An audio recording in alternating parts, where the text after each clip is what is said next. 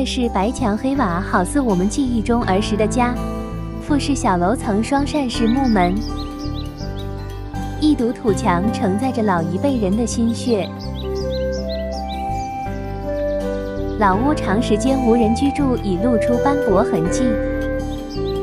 石头瓦砾上铺满青苔，堆放的木材成了墙角虫的腹中餐。屋后的池塘倒增添了别样的精彩。环顾1周后，我们对它已经有了太多灵感，期待设计出满意的作品，请持续关注我们。以前的房屋尺寸是根据生活需要而布局，如今我们需要进行现代房屋的审美风貌进行调整，按照设计图的尺寸，运用勾股定理，准确地将各房屋确定位置及大小。出具效果大致可看出，房间布局复原房屋为单标1层建筑，设计师及工程师认真考量计算后，优化了配筋及结构调整，房屋更加坚固结实，增加了可变性及灵动性。2次装修相对方便，好在发现及时，立马和施工人员交涉，进行图线优化修改，把控细节质量。上午下起了牛毛细雨，7、8个施工员正在制作地梁钢筋，如此天气正合他们心意。只见他们手脚麻利，默契十足，先将长节钢筋用切割机切成他们需要的长度，并摆放归类，再将不成形的箍筋徒手淤正。别看操作简单，着实费些手力。最后一手拿扎钩，一手拿扎丝，3下2除2便绑好一个地梁。很快，在几人的完美配合下，地梁堆放拆塔。另一边，事先购买的排水管道也被陆续送到。项目经理现场核对清单，确保万无一失。在浇筑混凝土之前，我们需在厨卫预埋排水管道，选用的是160主排水管道，预留好排水坡度，保证后期排水通畅，不易堵塞。目前所有工作正井然有序地进行着，后期持续更新更多状态，请大家多多关注。我们下期再见。刚到现场，恰好碰到水泥运送过来，这一大车水泥将用于整个地坪。可以看到，在浇筑混凝土之前，先铺上一层油纸布用于防潮，进一步保证今后房屋相对干燥。由于地理位置条件的原因，虽然我们只能采用农村的施工方法，但在我们的技术指导下，也能保证施工质量及安全。让我们一起到现场看看吧。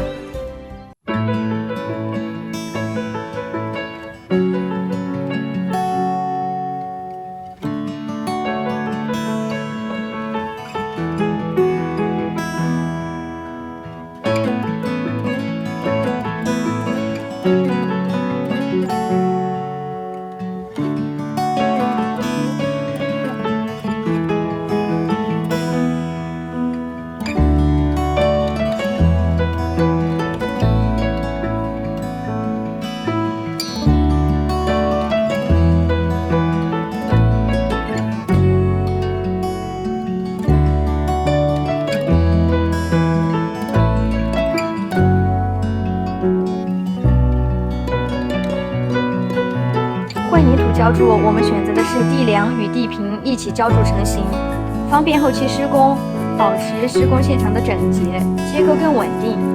项目经理参与全程跟踪，保证质量与施工安全。由于房屋面积较大，施工条件受限，需分批次浇筑。明天工人师傅们还得撸起袖子加油干。大家猜猜接下来我们会做些什么施工呢？如果您想知道更多的施工进度，请关注我们吧。最近天气比较糟糕，总是下雨，我们的施工进度一直被延后。前期计划的地坪浇筑还未完成，弄得大家的心情就像雨天一样淅淅沥沥。好不容易天气渐晴，现场负责人看准天气，安排浇筑余下的混凝土。因时代久远，原猪牛圈位置地基不扎实，空洞明显，所以必须安排人工夯实回填。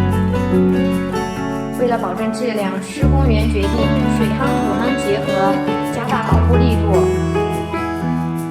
一车又一车的红砖送到了现场，负责人迫不及待地爬上车查看红砖质量，就连主人家也参与到了2次搬运中，都希望在雨停的时候能够多送点材料上来。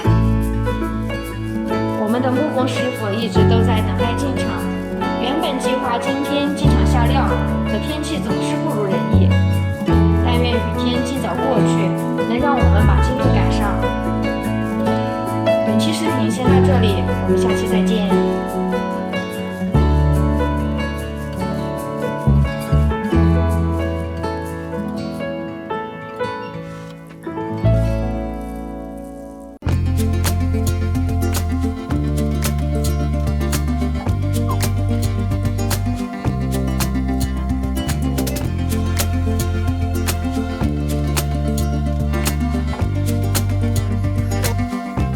时间溜走便不再来，花大把时间追寻爱好，如今成为熙熙攘攘都市人的时尚格调。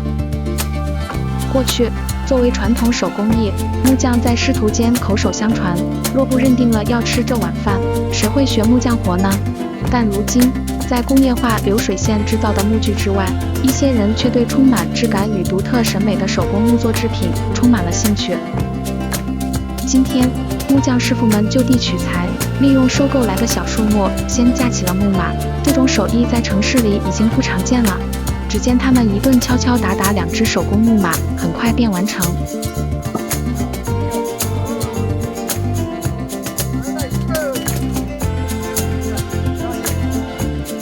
手工技艺的复兴已不仅限于在商业产品上的运用，而是走进更多普通人。他们只愿片刻逃离工作，在这个机器流水线生产产品的年代里，如能亲手制作一件物件，将会带来一种满足。为了做出房屋整体效果，木工师傅的手艺极为重要。经多方打听，四处寻觅，发现了一些不错的传统手艺人。我们将这些师傅之前的作品仔细对比，在细节、收口、整体工艺效果等常规技艺考察中，最终以谢师傅为代表的天香书院作品吸引了我们的眼球，极大地表现出技艺精湛、独具匠心的风格。在整个选拔过程中，有很多优秀的工种师傅，我们希望把传统的技术发挥到作品中来，让作品更能真实还原，保留岁月的痕迹。接下来就让我们一起期待谢师傅无与伦比的高超技艺吧。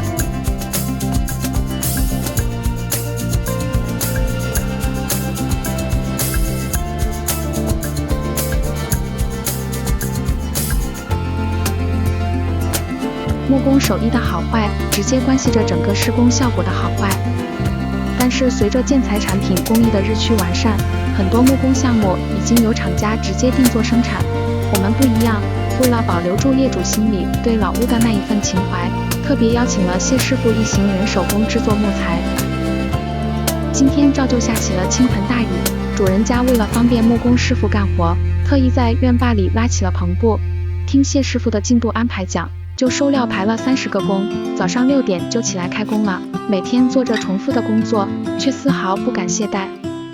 只见那一张张坚毅而饱含沧桑国字脸上有些许胡渣，前额与脸颊随着斧头电锯的节奏早已渗出了汗珠，偶尔用手擦一擦，又继续挥动了手中的斧头。经过几天的工作，2根柱头以及主挑已经完成。今天谢师傅他们做的是橡皮挑，用橡皮型挑研方承重，可满足人们对坚固牢实的心理要求，同时也是吉祥如意的象征。只见他们将挑梁放在木马上，2手拿着电刨在木板上打磨，前后前后，那电刨就像一支画笔，在木匠的控制下，挑梁被这支画笔磨得溜平，好看极了。施工现场，天地间笼罩在白雾里，近处的花草、树木，远处的山峦、房子，都在浓雾中时隐时现。专工早早地到了施工现场，可是我们发现，施工人员未按照要求佩戴安全帽。无论出于什么原因，项目经理都应该承担这个责任。安全大于天，这是完全不能忽视的。随即对项目经理进行了批评教育，并要求他后期必须督促施工人员准确佩戴安全帽。我们要时刻将安全放在首位。看到所有施工人员按部就班进场、施工、退场，整个过程没有任何拖沓，尽量减少了不必要的时间，提高效率，缩减工期。施工人员熟练的技术工艺固然不可缺少。经过施工人员5天不辞辛劳的工作，1楼主体砌砖完成。砖工师傅们精湛的技艺让整体效果一目了然，一面面红砖墙矗立在蓝天白云下，显得格外的亮眼。让我们一起来看看整体效果吧。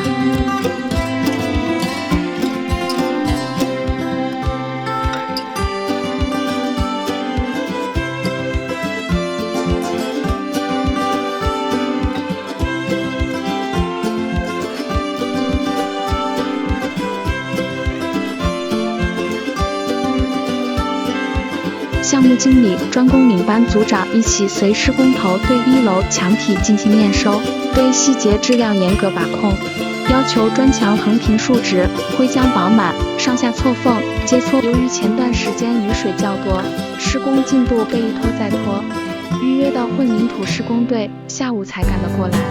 在此之前，抓紧时间预埋1楼线管，并反复确认预埋件的位置、数量和牢靠。施工队抵达现场，工作人员无暇顾及炎热的天气，便立即投入工作。为了保证混凝土输送距离及速度，需将搅拌机架设在离建筑物较近的位置。首先要做的就是把堆放在路中间的砂石转移位置，紧接着安装机器，做好技术与安全交底工作，就开始正式施工。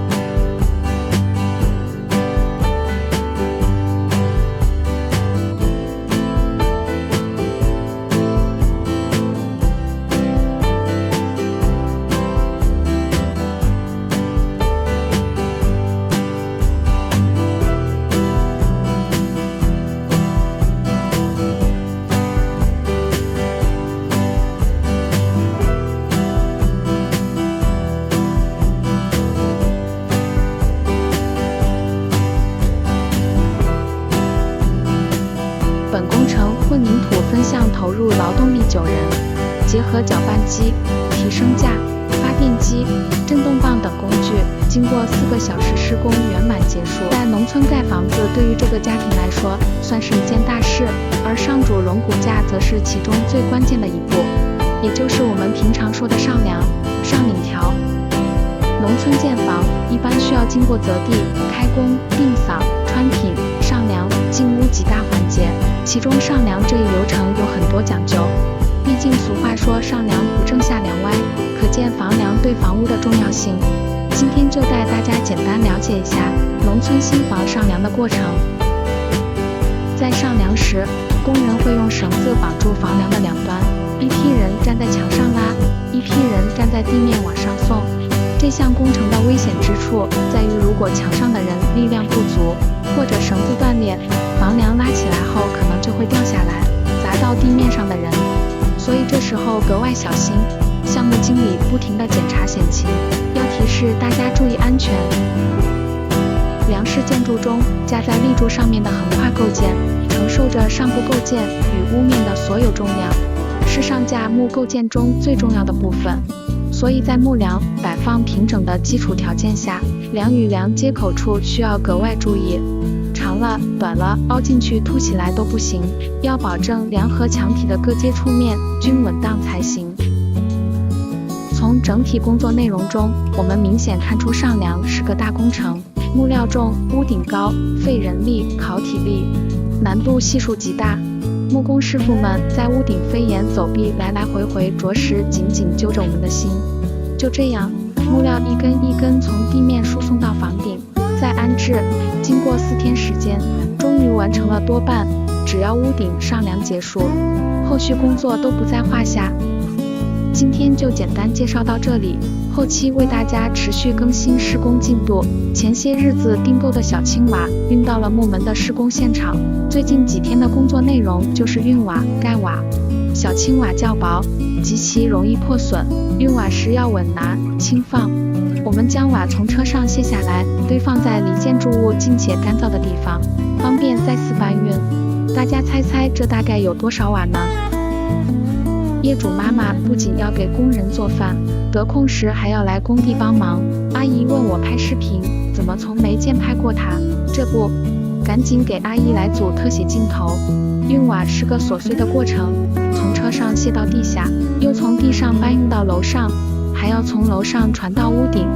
农村机器设备有限，只能选择人工传运，几经周折才能将瓦如数运上屋顶。别看操作简单，一伸一趴很费体力。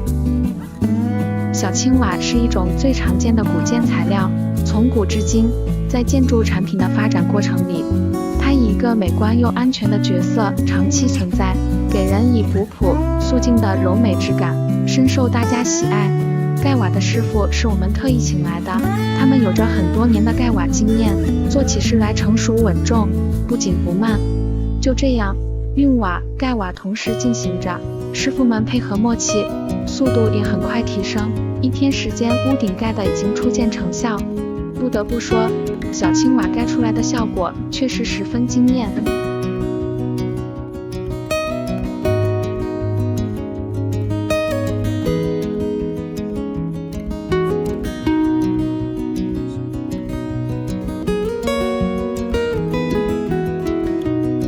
经过大家3天时间的辛苦劳作，屋顶算是弄好啦，盖上最后几片瓦，大功告成。大家看看怎么样呢？